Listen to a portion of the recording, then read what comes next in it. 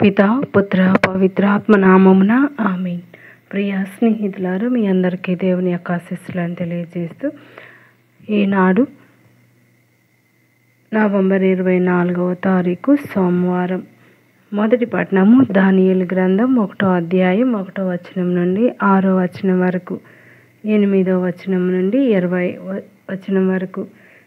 భక్తి కీర్తన దానియేలు గ్రంథం 3వ అధ్యాయం 52వ వచనం నుండి 56వ వచనం వరకు. లూకా సువార్త 21వ అధ్యాయము 1వ వచనం నుండి 4వ వచనం వరకు. దేవాలయమున కానుక పెట్టెలో తమ కానుకలను వేయుచున్న ధనికులను యేసు చూసెను. ఒక పేద వితంతువు అందు 2 కాసులను వేయుట యేసు గమనించి, ఈ పేద వితంతువు అందరికంటేను ఎక్కువగా ఇచ్చినదని మీతో చెప్పుచున్నాను.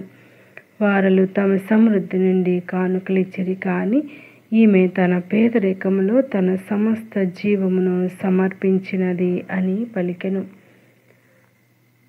ఇది ప్రభు వాక్కు. సర్వేశ్వరునికి వందనములు.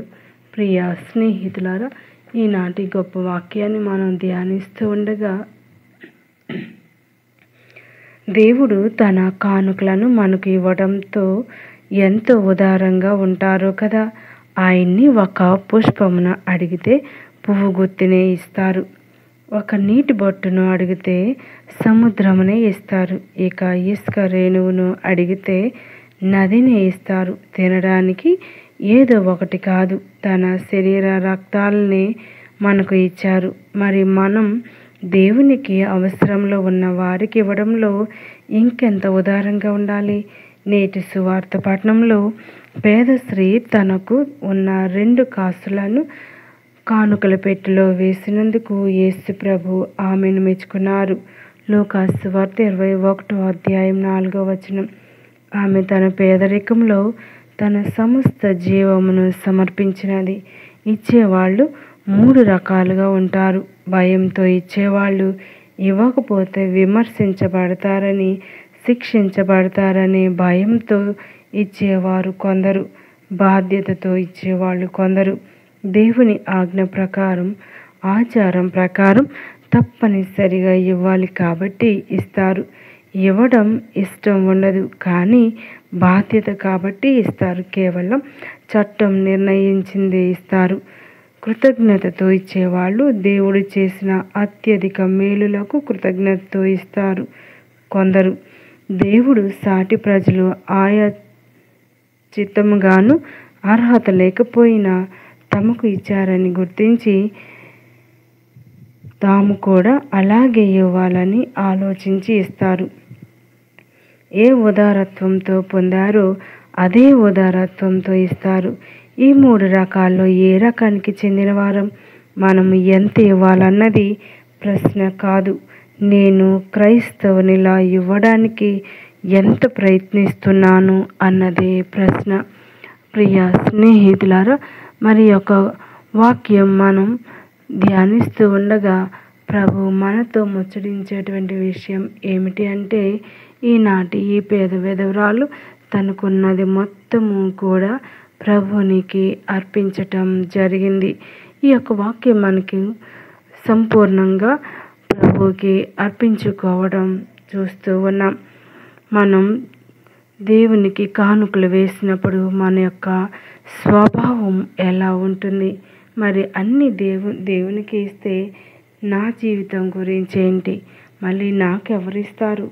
నేను ఎలా జీవించగలను అనేటువంటి విషయాలు మనకు దైనందిన జీవితంలో తల ఎత్తుతూ ఉంటాయి. అయినా కానీ ప్రభు ఈనాడు మనతో ముచ్చటించే విషయం ఏమిటంటే, ఆయనపై ఆధారపడి జీవించమని. ఆయనే మరి మనందరికీ అడిగింది ఇచ్చే దేవుడు.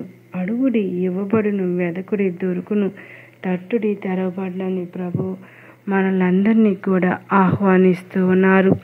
మనం ఎంత ఇస్తే అది మళ్ళీ మనకు తిరిగి ఇవ్వబడుతుంది అనేటువంటి విషయాన్ని మనం జ్ఞాపకం చేసుకొని దేవుని కార్యాలకు ఉదారంగా ఇవ్వడానికి వెనుగంజ వేయవద్దు అని ఈనాడు ప్రభు మనలందరినీ కూడా ఆదేశిస్తూ ఉన్నారు. కళ్ళు మూసుకొని ప్రార్థన చేద్దాం. దయగలిగిన దేవ, కృప కలిగిన మా తండ్రి, ఈనాడు మేమందరం కూడా ఇచ్చుటలో ముఖ్యులుగా ఉండే భాగ్యం దయచేయండి. మరి ముఖ్యంగా ఇవ్వటం ద్వారా మేము పొందుకునే మేలులు అనేకమని మాతో తెలియజేస్తూ ఉన్నారు.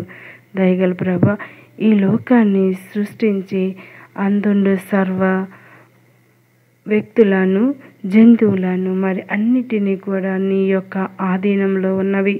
అవి మీరు ఉదారంగా మాకు ఇచ్చారనే విషయం మేము మర్చిపోతూ ఉన్నాం. వాటన్నిటినీ దయచేసిన వాడవు నీవే, కలిగించిన వాడవు నీవే. నీకంటే ఉదార స్వభావం వాడు ఎవ్వరునూ లేరు ప్రభా. ఈ యొక్క ఉదార స్వభావాన్ని మీ నుండి నేర్చుకొని ఇతరులకు సహాయపడినట్లు మమ్మను, మా కుటుంబాలను దీవించండి. పితా, పుత్ర, పవిత్ర ఆత్మ నామమున ఆమేన్.